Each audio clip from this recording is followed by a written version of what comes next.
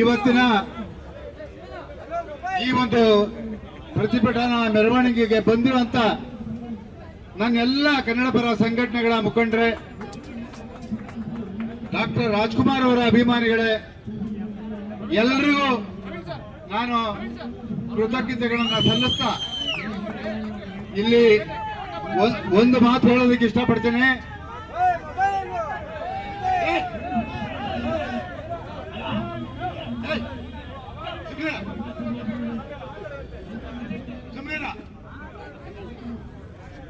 ಇಲ್ಲಿ ಒಂದು ವಿಚಾರ ಹೇಳಕ್ಕೆ ಇಷ್ಟಪಡ್ತೀನಿ. ನನ್ನ 48 ವರ್ಷಗಳ ಕನ್ನಡದ ಹೋರಾಟದಲ್ಲಿ ನಾನು ಎಂದೂ ಯಾವತ್ತೂ ಯಾರಿಗೂ ತಲೆ ಬಗ್ಸಿಲ್ಲ. ಕನ್ನಡದ ವಿಚಾರದಲ್ಲಿ ರಾಜಿ ಆಗಿಲ್ಲ. ಅದಕ್ಕೆ ನನಗೆ ಶಕ್ತಿ ಸ್ಫೂರ್ತಿ ಡಾಕ್ಟರ್ ರಾಜ್ಕುಮಾರ್ ಅವರು.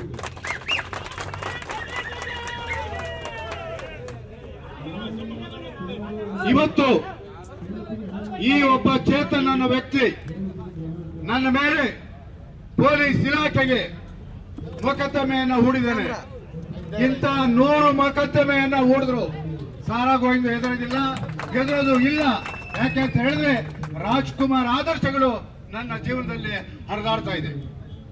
ಸ್ನೇಹಿತರೆ, ಎಲ್ಲಿಂದ ಬಂದೆ ನೀನು? ನಿನಗೆ ಸಂಸ್ಕೃತಿ ಕಲ್ತಿಲ್ವಾ? ನಿಮ್ಮ ಅಮ್ಮ ಬುದ್ಧಿ ಹೇಳ್ಕೊಟ್ಟಿಲ್ವಾ? ಹಿರಿಯರು ಅಂದ್ರೆ ಏನು? ಈ ನಾಡಿಗೆ ಕೊಟ್ಟಿರುವಂತ ಕೊಡುಗೆ ಏನೇನಿದೆ ನಿನ್ಗೆ ಯಾರು ಹೇಳ್ಕೊಟ್ಟಿಲ್ವಾ? ಇವತ್ತು ನೀನೊಬ್ಬ ನಿರುದ್ಯೋಗಿ, ಉದ್ಯೋಗ ಇಲ್ದರೆ ಮನೇಲಿ ಕೂತಿದ್ಯಾ. ಪುಕ್ಸಟ್ಟೆ ಪ್ರಚಾರಕ್ಕೆ ಇವತ್ತು ನೀನು ಬೀದಿಗೆ ಬಂದು ರಾಜ್ಕುಮಾರ್ ಬಗ್ಗೆ ಮಾತಾಡ್ತೀಯಾ? ರಾಜ್ಕುಮಾರ್ ಬಗ್ಗೆ ಮಾತಾಡೋದಕ್ಕೆ ನಿನ್ಗೆ ಏನು ಯೋಗ್ಯತೆ ಇದೆ? ಅವರು ರಾಜ್ಕುಮಾರ್ ಅಂತ ಪುಣ್ಯಾತ್ಮನ್ನ ಪಡೆದಬಲ್ಲ ಈ ಕರ್ನಾಟಕದ ನಾವೇ ಪುಣ್ಯರು. ಅಂತ ಮಹಾನ್ ವ್ಯಕ್ತಿ ಅವರು ಯಾವುದಕ್ಕೂ ಕೂಡ ಆಸೆ ಪಟ್ಟವರಲ್ಲ, ರಾಜಕೀಯ ಪ್ರವೇಶ ಮಾಡಿದವರಲ್ಲ. ಅವ್ರೇನಾದ್ರೂ ಗೋಕಾಕ್ ಚಳವಳಿ ಒಂದು ಚಳವಳಿಯನ್ನ ಮಾಡದೇ ಇದ್ರೆ ಕರ್ನಾಟಕದಲ್ಲಿ ಕನ್ನಡಿಗರು ನಾವು ಅನಾಥ ಆಗ್ತಿತ್ತು. ನಮ್ಮನ್ನೆಲ್ಲ ರಕ್ಷಣೆ ಮಾಡಿರೋದು ರಾಜ್ಕುಮಾರ್ ಅವರು. ಅವರ 206 ಚಿತ್ರಗಳನ್ನ ನೋಡ್ಕೊಂಡು ಬನ್ನಿ. 206 ಚಿತ್ರಗಳಲ್ಲಿ ಒಂದಲ್ಲ ಒಂದು ರೀತಿಯ ಸಂದೇಶವನ್ನ ಕೊಟ್ಟಂತ ಪುಣ್ಯಾತ್ಮ ರಾಜ್ಕುಮಾರ್ ಅವರು. ಭಾರತ ಸರ್ಕಾರ ಸುಮ್ಮನೆ ನಿಮಗೆ ಪದ್ಮಭೂಷಣ ಪ್ರಶಸ್ತಿ ಕೊಟ್ಬಿಡ್ತಾರ? ಸುಮ್ಮನೆ ನಿಮ್ಗೆ ಪಾಲ್ಕೆ ಪ್ರಶಸ್ತಿ ಕೊಟ್ಬಿಡ್ತಾರ? ಆ ಯೋಗ್ಯತೆ, ಆ ಘನತೆ ಇದ್ದಿದ್ದು ಡಾಕ್ಟರ್ ರಾಜ್ಕುಮಾರ್ ಅವರಿಗೆ. ಅವ್ರ ಮನೆಯವ್ರು ಯಾರು ಕೇಳಿಲ್ಲ ಯಾಗನ. ಸರ್ಕಾರ ಮುಂದೆ ಬಂತು. ಇಂಥ ಒಬ್ಬ ಪುಣ್ಯಾತ್ಮನ ಒಂದು ಸ್ಮಾರಕ. ಏನು ರಾಜ್ಕುಮಾರ್ ಅವ್ರಿಗೆ ಜಾಗ ಇರ್ಲಿಲ್ವಾ? ಕುಮ್ಮಳಗೋಡಲ್ಲಿ ಅವರು 15 ಎಕರೆ ಜಾಗ ಇದೆ. ಅವ್ರಿಗೆ ಆಸೆ ಇದ್ದಿದ್ದು ಅವ್ರ ತಾಯಿ, ಅವ್ರ ತಮ್ಮ, ಅವ್ರ ಪಕ್ಕ ಇದನ್ನ ನನ್ನ ಸ್ಮಾರಕ ಅಲ್ಲಿ ಮಾಡಿ ಅಂತ ಹೇಳ್ಬಿಟ್ಟು ಅವ್ರು ಹೇಳಿದ್ರು. ಆದ್ರೆ ಸರ್ಕಾರ ಈ ಪುಣ್ಯಾತ್ಮನ ಒಂದು ಸ್ಮಾರಕ ಇವತ್ತು ಅದನ್ನ ಯಾರು ಸಮಾಧಿ ಅನ್ನೋದಿಲ್ಲ, ಪುಣ್ಯಭೂಮಿ ಅಂತಾರೆ. ಅಂತ ಪುಣ್ಯಭೂಮಿಯನ್ನ ಬೆಂಗಳೂರು ನಗರದಲ್ಲಿ ಮಾಡಬೇಕು, 4 ಜನಕ್ಕೆ ಹೊರಗಡೆಯಿಂದ ಬಂದಂತವ್ರಿಗೆ ಗೊತ್ತಾಗಬೇಕು ಅಂತ ಹೇಳಿ ಸರ್ಕಾರ ಅವತ್ತು ಮುಂದೆ ಬಂದು ಆ ಒಂದು ಸ್ಮಾರಕವನ್ನ ಕಟ್ಟೋದಕ್ಕೆ ಅವಕಾಶ ಕೊಡ್ತು. ಇವತ್ತು ಎಷ್ಟು ಜನರಿಗೆ ಭಾರತದಲ್ಲಿ ಸ್ಮಾರಕ ಕಟ್ಟೋದಕ್ಕೆ ಜಾಗ ಕೊಟ್ಟಿಲ್ಲ. ಇವತ್ತು ಅಂತವ್ರ ಬಗ್ಗೆ ಎಲ್ಲ ಮಾತಾಡಿ. ಮಹಾತ್ಮ ಗಾಂಧಿ ಅವರು 200 ವರ್ಷ ಗುಲಾಮಗಿರಿಯನ್ನ ಕೆತ್ತು ಒಗೆದು ಅದಕ್ಕೆ ಅಹಿಂಸಾ ಅನ್ನೋ ಒಂದು ಪದವನ್ನ ಇಟ್ಕೊಂಡು ಹೋರಾಟವನ್ನ ತಂದು ನಮ್ಗೆಲ್ರಿಗೂ ಸ್ವಾತಂತ್ರ್ಯ ತಂದುಕೊಟ್ಟ ಪುಣ್ಯಾತ್ಮ. ನಾಳೆ ಅವ್ರ ಬಗ್ಗೆನೂ ಮಾತಾಡ್ತೀರಾ? ಆ ಅಹಿಂಸಾ ಪದವನ್ನ ಇಟ್ಕೊಳ್ಳೋದಕ್ಕೆ ನಿನ್ಗೆ ಏನು ಯೋಗ್ಯತೆ ಇದೆ? ಎಲ್ಲ ದಲಿತರ ಸಂಘಟನೆ 4 ಜನ ಹೇಳ್ಕೊಂಡು ಇವತ್ತು ಬೇರೆ ಬೇರೆ ನಾಯಕರ ಹೆಸರು ಹೇಳ್ಕೊಂಡು ಪೊಲೀಸ್ ಸ್ಟೇಷನ್ಗೆ ಮೊಕದ್ದಮೆ ಕೊಟ್ಟಿದೀಯಾ. ಅವರೆಲ್ಲ ನಗ್ತಾರೆ. ಅವರೆಲ್ಲ ನನ್ನ ಗೆಳೆಯರೇ. ಬಹಳಷ್ಟು ಜನ ನನ್ನ ಗೆಳೆಯರಿದ್ದಾರೆ, ಹಿರಿಯರಿದ್ದಾರೆ. ನಾವು ಯಾವತ್ತು ಇಡೀ ಕರ್ನಾಟಕದಲ್ಲಿ 16,000 ರಾಜ್ಕುಮಾರ್ ಅಭಿಮಾನಿಗಳ ಸಂಘವನ್ನ ಕಟ್ಟಿ ಇಡೀ ನಾಡಿಗೆ ಕನ್ನಡ ಹೋರಾಟವನ್ನ ತಗೊಂಡೋದೆ. ನಾನು ಒಂದೇ ಒಂದು ದಿನ ಯಾರೇ ಸಂಘಟನೆಯವರು ಬಂದ್ರು ಕೂಡ ನಿನ್ನ ಜಾತಿ ಯಾವುದು ಅಂತ ಕೇಳಿಲ್ಲ. ಅದಕ್ಕೆ ಸಾಕ್ಷಿ ಇಲ್ಲಿರೋರು. ಯಾರೊಬ್ಬರು ಜಾತೀಯತನ್ನ ಮೀರಿ ಬೆಳೆದಂತವ್ರು ನಾನು. ಯಾವತ್ತೂ ಕೂಡ ನಾನು ಅದನ್ನ ಬಯಸಿದವನಲ್ಲ, ಅದನ್ನ ಹೇಳಿದವನಲ್ಲ. ಸ್ನೇಹಿತರೆ, ನಮಗೆ ಗೊತ್ತಾಗಬೇಕು, 1991 ಇಸ್ವಿ ಬಹಳಷ್ಟು ಜನ ರಾಜ್ಕುಮಾರ್ ಅಭಿಮಾನಿಗಳ ಸಂಘದ ಕಾರ್ಯಕರ್ತರಿದ್ದಾರೆ. ನವೆಂಬರ್ 11ನೇ ತಾರೀಕು ನನ್ನ ಜೀವಮಾನದಲ್ಲಿ ಆ ಘಟನೆಯನ್ನ ಮರೆಯೋಕೆ ಸಾಧ್ಯ ಇಲ್ಲ. ಅವತ್ತು ಕಾವೇರಿ ನದಿ ತೀರ್ಪಿದ್ದಾಗ, ಕಾವೇರಿ ನದಿ ತೀರ್ಪು ತಮಿಳುನಾಡಿಗೆ ಬಿದ್ದಾಗ ಇಲ್ಲಿರುವಂತ ತಮಿಳಿಗರು ಅವತ್ತು ಪಟಾಕಿ ಹೊಡಿತಾರೆ, ಸಿಹಿ ಅಂತಾರೆ, ಸಂಭ್ರಮ ಆಚರಣೆ ಮಾಡ್ತಾರೆ, ಮೆರವಣಿಗೆ ಮಾಡ್ತಾರೆ. ಅವತ್ತು ಬೆಂಗಳೂರಲ್ಲಿ ಇಂಥ ಜನ ಎದ್ರು. ಕರ್ನಾಟಕದ ಬೆಂಗಳೂರು ನಗರದಲ್ಲಿರುವಂತಹ ಕನ್ನಡಿಗರನ್ನ ಸತ್ತಿಲ್ಲ, ಬದುಕಿದ್ದೀವಿ ಅಂತ ತೋರಿಸ್ಕೊಟ್ರು.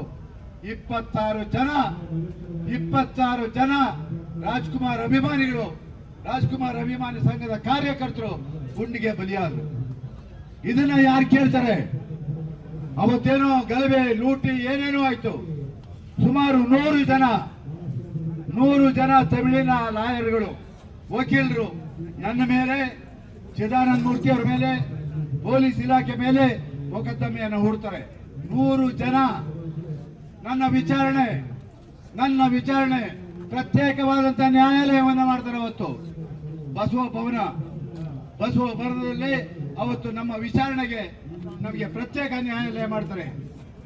ಅವತ್ತು ನ್ಯಾಯಮೂರ್ತಿಗಳು ND ವೆಂಕಟೇಶ್ ಮೂರ್ತಿ ಅವರು, ಒಬ್ಬ ವಕೀಲರು ಮಂಜುನಾಥ್ ಅಂತ ಹೇಳ್ಬಿಟ್ಟು ಹೈಕೋರ್ಟ್ ಜಡ್ಜ್ ಆಗಿ ಅವರು ತೀರ್ಕೊಂಡ್ರು.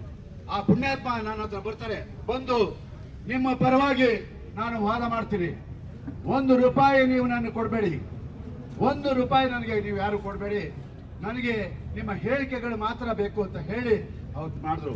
15 ದಿನ ನಡೆದ ಮೇಲೆ ನನ್ನನ್ನು ನಿರಪರಾಧಿ ಅಂತ ಕೋರ್ಟ್ ಬಿಡುಗಡೆ ಮಾಡಿತು. ಅಂಥದಕ್ಕೆ ನಾನು ಹೆದರಿಲ್ಲ. ಇವತ್ತು ಚೇತನ ಕೊಟ್ಟಿರೋ ಮೊಕದ್ದಮೆಗೆ ಸಾರಾಗೋಯ್ದು ಹೆದರ್ತೀರಾ ರೀ? ನನಗೆ ಒಂದು ಪುಣ್ಯ ರೀ, ಜೈಲ್ಗೆ ಹೋದ್ರೆ ಒಂದು ಪುಣ್ಯ. ಯಾಕೆ ಅಂತ ಹೇಳಿದ್ರೆ ರಾಜ್ಕುಮಾರ್ ಬಗ್ಗೆ ಮಾತಾಡ್ದವನ್ನ ಎದುರಿಸಿ ಜೈಲ್ಗೆ ಹೋಗಿದ್ದಾರೆ ಅಂತಾರೆ. ನನಗೇನು ಇಲ್ಲ, ಆಮೇಲೆ ನಿನಗೆ ಗೊತ್ತಾಗುತ್ತೆ ಏನು ಅಂತ. ಯಾವುದಕ್ಕೂ ನಾನು ಹೆದರನಲ್ಲ. ನೀವು ಎಲ್ಲರೂ ತಿಳ್ಕೊಳ್ಳಿ, ನಾನೇನೋ ಇಲ್ಲಿ ಕೋರ್ಟ್ ಇನ್ನೊಂದಕ್ಕೆ ಹೆದರ್ಕೊಂಡು ಏನೋ ಮಾಡ್ತಾ ಇದ್ದೀನಿ ಅಂತ ದೇವರಾಣೆ ಪ್ರಮಾಣವಾಗ್ಲೂ ಇಲ್ಲ. ಅವನು ಕೊಟ್ಟಿರೋದಕ್ಕೆ ನಾನು ಮೊಕದ್ದಮೆ ಹೂಡ್ಬೇಕು ಅನ್ನೋದೇ ಉದ್ದೇಶ ವಿನಃ ಆ ಒಂದು ಮೊಕದ್ದಮೆಗೆ ನಾನು ಹೆದರೋ ಮಗನೂ ಅಲ್ಲ. ಹೆದರಿದ್ರೆ ನಾನು 45 ವರ್ಷದಿಂದ ಈ ಹೋರಾಟವನ್ನು ಮಾಡೋಕ್ಕಾಗ್ತಾ ಇರಲಿಲ್ಲ. ಇವತ್ತು ಬಂದಿದ್ದಾರೆ, ಕುಣಿಗಲ್ಲಿಂದ ಬಂದಿದ್ದಾರೆ, ದೊಡ್ಡಬಳ್ಳಾಪುರ, ಮಂಡ್ಯ, ಈ ಕಡೆ ಎಲ್ಲ ಕಡೆ ಬಂದಿದ್ದಾರೆ. ನಾನು ಯಾರಿಗೂ ಹೇಳಿಲ್ಲ, ತಿಳ್ಕೊಂಡು ಬಂದಿದ್ದಾರೆ. ನಾನು ಕರೆಯನ್ನ ಕೊಟ್ರೆ ಮುಂದೆ ಏನಾಗುತ್ತೋ ಗೊತ್ತಿಲ್ಲ. ಅದಕ್ಕೆ ಅವಕಾಶ ಬೇಡ.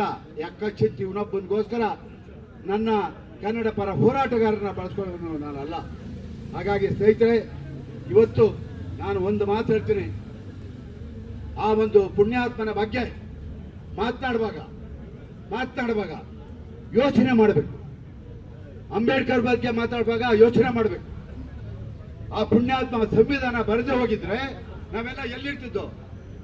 ಇವತ್ತು ಅಂತ ಸಂಘಟನೆಯ 4-6 ಜನರನ್ನ ಸೇರಿಸ್ಕೊಂಡು ಯಾವುದೋ ಒಂದು ಯೂಟ್ಯೂಬ್ ಅಲ್ಲಿ ಏನೋ ಒಂದು ಹರಿಬಿಟ್ಟು ಏನೋ ಒಂದು ಮಾಡ್ತಾ ಇದ್ದಾರೆ. ಇದೆಲ್ಲ ನಿನ್ನ ಪ್ರಚಾರದ ಗಿಮಿಕ್ಸು ಅಂತ ಜನಕ್ಕೆ ಗೊತ್ತು. ನಾವು ಇವತ್ತು ಕುಮಾರ್ ನಾಯಕ್ ಇಲ್ಲೇ ಇದ್ದಾರೆ. ನಾನೇನಾದ್ರು ಅವ್ರ ಮನೆ ಒಳಗೆ ನುಗ್ಗಿದ್ನ? ಅದಕ್ಕೆ ಸಾಕ್ಷಿ ನೀವೇ. ನನ್ನ ಮನೆ ಒಳಗೆ ನುಗ್ಗಿ ದಾಂಧಲೆ ಮಾಡಿ ಅಂತ ಹೇಳಿ ಮೊಕದ್ದಮೆಯನ್ನು ಹೂಡಿದ್ದಾರೆ. ಇದು ಎಷ್ಟು ಮಟ್ಟಕ್ಕೆ ಸತ್ಯ? ನನ್ನ ವಾಟಾಳ್ ನಾಗರಾಜ್ ಅವರು ಮಾತಾಡಿದ್ದಾರೆ. ಸಾರಾ ಗೋವಿಂದ ಅವರು ಕರೆದು ಮಾತಾಡಬೇಕಾಗಿತ್ತು. ಹೆಂಗೆ ಪೊಲೀಸ್ ಇಲಾಖೆಯವರು ಇದನ್ನ ತಗೊಂಡ್ರು ಅಂತ ಹೇಳ್ಬಿಟ್ಟು. ದಯಮಾಡಿ ಇಲ್ಲಿ ಪೊಲೀಸ್ ಇಲಾಖೆಯವರು ಯಾರು ಇದ್ರೆ ಇಲ್ಲಿ ನಾವು ಆ ಪೊಲೀಸ್ ಇಲಾಖೆಗೆ ಮನವಿಯನ್ನು ಕೊಡೋದಕ್ಕೆ ಹೋಗ್ತಾ ಇದ್ದೀವಿ. ಯಾರಾದರೂ ಪೊಲೀಸ್ನವರು ನಮ್ಮನ್ನ ಕರ್ಕೊಂಡು ಹೋಗ್ಬೋದು. ಯಾಕೆ ಅಂತ ಹೇಳಿದ್ರೆ ಕಾನೂನು ಸುವ್ಯವಸ್ಥೆ ನನಗೂ ಗೊತ್ತು. ಯಾಕೆ ಅಂತ ಹೇಳಿದ್ರೆ ಹೈಕೋರ್ಟ್ನಲ್ಲಿ ಈಗಾಗಲೇ ನ್ಯಾಯಮೂರ್ತಿಗಳು ಯಾವುದೇ ಪ್ರತಿಭಟನೆ ಮೆರವಣಿಗೆ ಮಾಡಬಾರ್ದು ಅಂತ ಹೇಳಿ ಅವರು ಆದೇಶವನ್ನು ಹೊರಡಿಸಿದ್ದಾರೆ. ಅದನ್ನು ಉಲ್ಲಂಘನೆ ಮಾಡುವಂಥವ್ರು ನಾವಲ್ಲ. ಆ ಆಜ್ಞೆಯನ್ನು ಪರಿಪಾಲನೆ ಮಾಡ್ತೀವಿ.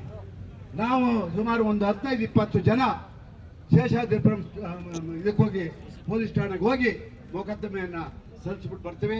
ಸ್ನೇಹಿತರೆ ನೋಡಿ, ನಾನು ಹೇಳ್ತೀನಿ, ಇವತ್ತು ನಾನು ನಿಮ್ಮಲ್ಲಿ ಕೈ ಮುಗಿದು ಕೇಳ್ಕೊಳ್ತೀನಿ, ಕನ್ನಡದ ವಿಷಯ ಬಂದಾಗ ಯಾವುದೇ ಸಂಘಟನೆ ಆಗಲಿ, ಯಾವುದೇ ಸಂಘಟನೆ ನ್ಯಾಯಯುತವಾಗಿ ಹೋರಾಟ ಮಾಡುವಾಗ ಎಲ್ಲರೂ ಕೈ ಜೋಡಿಸಿ, ಒಬ್ಬ ಸಾರೋಗಿ ಬಿಡ್ತೀನಿ ಎಲ್ರಿಗೂ.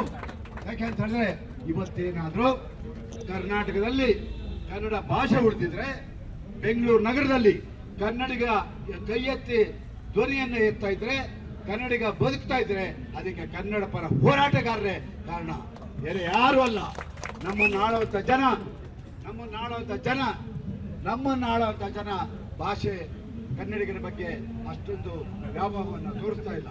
ಸ್ನೇಹಿತರೆ, ರಾಜ್ಕುಮಾರ್ ಎಂತ ಶಕ್ತಿ, ಒಂದು ಗೋಕಾಕ್ ಚಳವಳಿ ಒಂದು 25-30 ವರ್ಷದಿಂದ ರಾಜಭಾರ ಮಾಡುವಂತ ಸರ್ಕಾರವನ್ನ ಬೀಳಿಸುವಂತ ಶಕ್ತಿ ರಾಜ್ಕುಮಾರ್ ಒಬ್ಬರಿಗೆ ಇದ್ದಿದ್ದು. ಹಾಗಾಗಿ ಸ್ನೇಹಿತರೆ, ಇವತ್ತು ಅವರ ಅಭಿಮಾನಿಗಳಾಗಿ ನಾವಿನ್ನೂ ಬದುಕಿದ್ದಂಗೆ, ನಾವಿನ್ನೂ ಸತ್ತಿಲ್ಲ, ಬದುಕಿದ್ದೀವಿ. ನಮ್ಮೆದುರುಗಡೆ ರಾಜ್ಕುಮಾರ್ನ ಟೀಕೆ ಮಾಡಿದ್ರೆ ನಮ್ಗೆ ಹೆಂಗೆ ಸಹಿಸ್ಕೊಳಕ್ಕಾಗುತ್ತೆ? ಬರ್ತಾ ಒಂದು ಮಾತು, ಅದು ಆಕ್ರೋಶ. ನಾನು ಇಲ್ಲ ಅಂತ ಹೇಳಲ್ಲ, ಆಕ್ರೋಶ ಆ ಮಟ್ಟದಲ್ಲಿ ಹೇಳಿದ್ದೀನಿ. ಅವತ್ತು ನಾನು ಆ ಆಕ್ರೋಶದಲ್ಲಿ ಮಾತಾಡದೆ ಹೋಗಿದ್ರೆ ನೀನು ಎಲ್ಲೋ ಹೋಗ್ಬಿಡ್ತಿದ್ದೆ, ಏನೋ ಆಗ್ಬಿಡ್ತಿದ್ದೆ. ಅವತ್ತು ನೀನು ಉಳಿದಿದ್ಯಾ, ಅದನ್ನೇ ಯೋಚನೆ ಮಾಡು. ಹಾಗಾಗಿ ಸ್ನೇಹಿತರೆ, ಇಲ್ಲಿ ನಾನು ಪ್ರತಿಭಟನೆಯನ್ನು ಮಾಡ್ತಾ ಇರೋದು ಎದುರುಕೊಂಡಂತೂ ಅಲ್ಲ. ನಿಮ್ಮೆಲ್ಲರಿಗೂ ಇದು ಗೊತ್ತಾಗಬೇಕು, ಇಡೀ ನಾಡಿಗೆ ಇದು ಗೊತ್ತಾಗಬೇಕು, ಎಂತ ಅವಿವೇಕಿ ಎಂಥವ್ರ ಬಗ್ಗೆ ಮಾತಾಡಿದ್ದೇನೆ ಅಂತ ಹೇಳ್ಬಿಟ್ಟು ಗೊತ್ತಾಗಬೇಕು ಅಂತ ಹೇಳ್ಬಿಟ್ಟು ಇವತ್ತು ತೀರ್ಮಾನ ಮಾಡಿದ್ದೀನಿ. ಹಾಗಾಗಿ ಇವತ್ತು ನನ್ನ ಜೊತೆ ಒಕ್ಕೂಟದವರು ಬಂದಿದ್ದಾರೆ, ಕಾರ್ಮಿಕ ಸಂಘಟನೆಗಳು ಇವತ್ತು ನನ್ನ ಜೊತೆ ಇದ್ದಾರೆ, ಕನ್ನಡ ಪರ ಸಂಘಟನೆಗಳು, ವಿಷ್ಣುವರ್ಧನ ಅಭಿಮಾನಿಗಳು, ಆಮೇಲೆ ಕನ್ನಡ ಸೇನೆ, ದಲಿತ ಸಂಘಟನೆಗಳು, ಎಲ್ಲರೂ, ವಿಷ್ಣು ಸೇನೆ ಎಲ್ಲರೂ ಇದ್ದಾರೆ. ಅಲ್ಲಿ ಯಾರಿಗೂ ಓದಕ್ಕಿದ್ದಕ್ಕೆ ದಯಮಾಡಿ ಯಾರು ಕೂಡ ಸಹ ಕಲಾವಿದರು ಬಂದವರೇ, ಪೋಷಕ ಕಲಾವಿದರು ಬಂದಿದ್ದಾರೆ, ಎಲ್ಲರೂ ಬಂದಿದ್ದಾರೆ, ಬಹಳಷ್ಟು ಜನ ಬಂದಿದ್ದಾರೆ. ನನ್ನ ಚಲನಚಿತ್ರ ವಾಣಿಜ್ಯ ಮಂಡಳಿಯ ಮಾಜಿ ಅಧ್ಯಕ್ಷಗಳು ಬಂದಿದ್ದಾರೆ, ಎನ್ ಸುರೇಶ್ ಅವರು ಬಂದಿದ್ದಾರೆ, ನಮ್ಮ ಭೈರಪ್ಪ ಇಲ್ಲಿ ಅಲ್ಲ ಹರೀಶ್ ಅಲ್ಲ ಒಂದ್ ನಿಮಿಷ ಹರೀಶ್ ಬೈಲಪ್ಪ ಇಲ್ಲಿ, ಹರೀಶ್ ಬಂದವರ ಬನ್ನಿ, ಒಂದ್ ನಿಮಿಷ. ಇಂಟ್ರೆಸ್ಟಿಂಗ್ ಮತ್ತು ಇನ್ಫಾರ್ಮೇಟಿವ್ ವಿಡಿಯೋಗಳನ್ನ ಮಿಸ್ ಮಾಡ್ಕೋಬೇಡಿ, ಈಗಲೇ ಸಬ್ಸ್ಕ್ರೈಬ್ ಮಾಡಿ.